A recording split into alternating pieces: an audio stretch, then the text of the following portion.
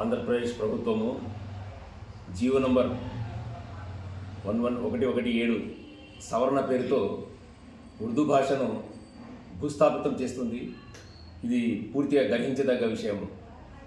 ఈ జీవో సంబంధంగా ఉర్దూ పాఠశాలలన్నీ తెలుగు, ఇంగ్లీష్ పాఠశాలలు మెర్జీ చేయడము, ఉర్దూ భాషను మొత్తం అనగదొక్కే ప్రయత్నం జరుగుతుంది.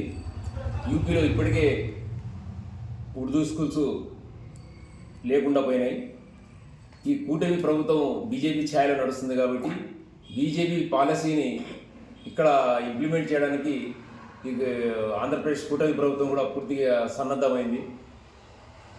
జీవో నంబర్ సవరణ పేరిట అన్ని పాఠశాలల ఉపాధ్యాయులకు, పేరెంట్స్, ఎంఈఓస్కు అందరికీ నోర్లు మూపించి ఏకపక్షంగా నిర్ణయానికి దిగింది. ఇది కారవాణి ఉర్దూ సంబంధంగా దీన్ని పూర్తిగా నిరసిస్తున్నాము. ఉర్దూ భాష ముందు నుంచి జాతీయ భాష, ఆంధ్రప్రదేశ్లో బాగా అలరాడుతుంది.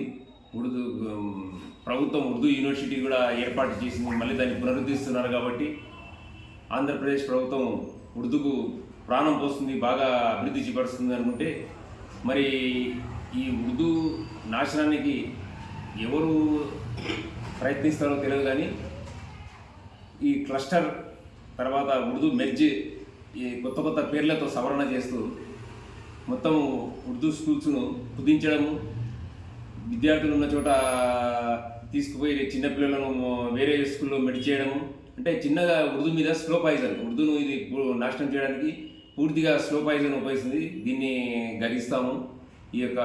ఇప్పుడైనా సరే ప్రభుత్వం, మరి ముఖ్యంగా మైనార్టీ మినిస్టర్లు, మైనార్టీ ఎమ్మెల్యేలు, మైనార్టీ ఎమ్మెల్సీలు ఈ ఉర్దూ గురించి, ఉర్దూ భాష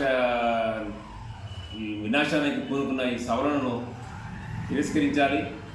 ప్రభుత్వం ఇప్పుడైనా సరే ఆలోచించి ప్రజల, మరీ ముఖ్యంగా ఉర్దూ భాష ప్రియుల మనోభావాలు దెబ్బతినకుండా ఈ ఉర్దూ పాఠశాలను మెర్జీ చేసే ప్రక్రియను నిలిపివేయాలని కోరుతున్నాము.